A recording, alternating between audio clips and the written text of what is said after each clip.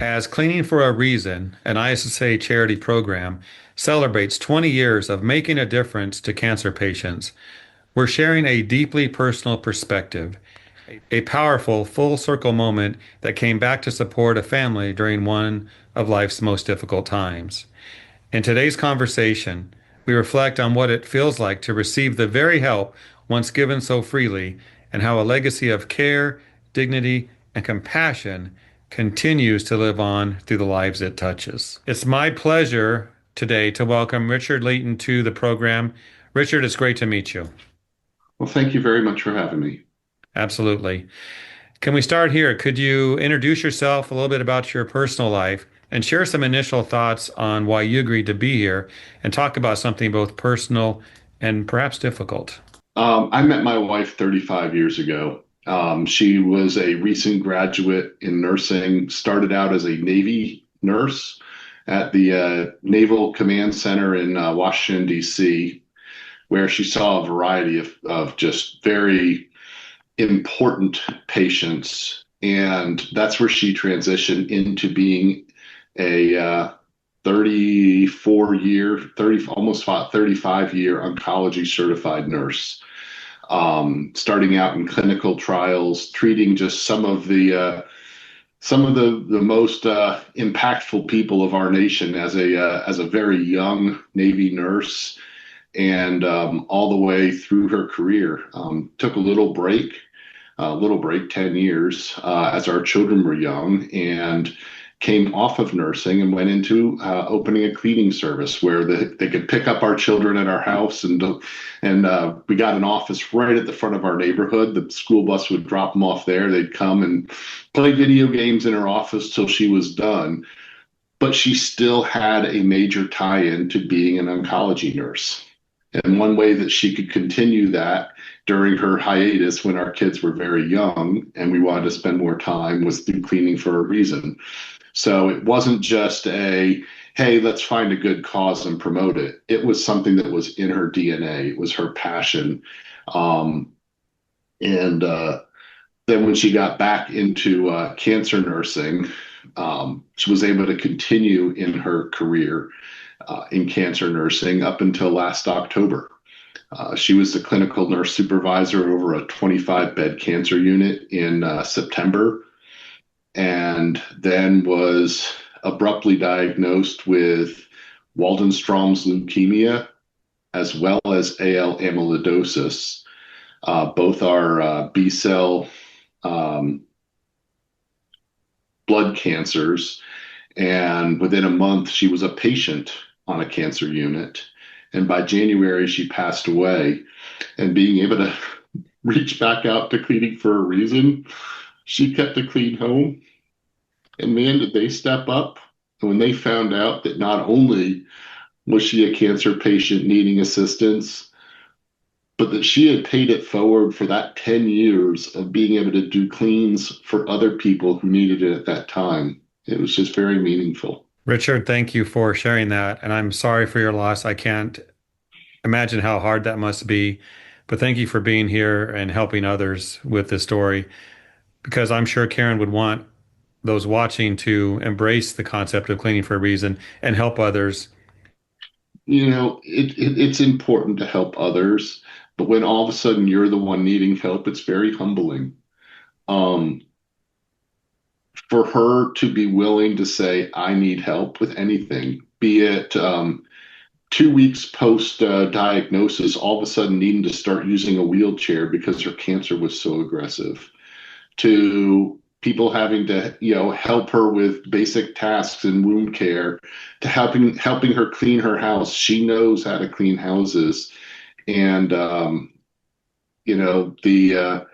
that was a very, very humbling experience that the people at the cleaning service who we were matched with, as well as the people at Cleaning for a Reason, were very compassionate and very understanding. And again, when they learned her story, they realized they weren't just talking to somebody who needed help, but someone who had helped others. You know, it's one thing just to do a service, it's another to have that heart of compassion. And I saw that there. When Cleaning for a Reason came to support your family, the cleaning service there. As you watched that happening, what was going through your mind? I know you talked about it a bit, but you're her husband. What were you thinking about the program then? I was so grateful. I mean, I was in over my head. She had a very complex cancer. I was probably getting maybe 5 hours a night of sleep.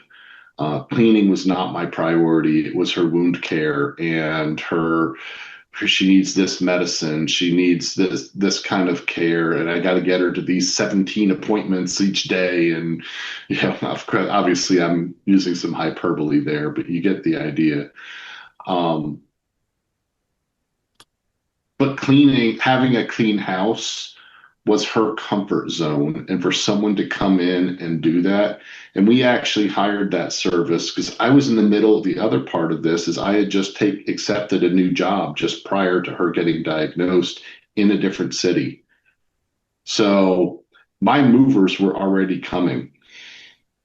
And in fact, my movers came 4 days after her memorial service. I hired them to come in during that period of time where she was still she was still at home, but not doing well. And after she passed, to help me prep for that. And it just speaks to the quality of people. The housekeeper who kept coming came in right after she passed and just gave me a hug. It wasn't, I'm here to clean your house, but she had known Karen for what, maybe 3 weeks, but they had just connected. And, again, it's people, right? Cleaning service, there's the tactical side of I'm going to go mop your floors and clean your toilets and make your house clean. Then there's the people side of it of I'm doing this for you because you have a need. So I never met Karen, but she sounds like a great person, dedicated to helping others, and then others helped her. So being about the people is right on. That's the way we should look at life. What would you think she would say to those who are not involved with Cleaning for a Reason to motivate them to see the program, to see the need, and to step up and help? What would she say to them? There's a few things. One, you never know what the future holds for you. Pay it forward. Um, yes, she was a cancer nurse, but even though she wasn't, even if she was not, she had a passion for helping others, and this was a way to help people in a vulnerable situation. Most of the people who are reaching out to Cleaning for a Reason aren't just getting the first cleaning of their life. They've been keeping their house clean, and this has been something that's been meaningful to them, some part of their identity to have a clean home, or it's just gotten past them because they physically can't do it anymore. Um, it's a great way to connect with a population who really needs help legitimately. Second, you don't know if you're going to be on the other side of it someday. Karen certainly didn't anticipate that.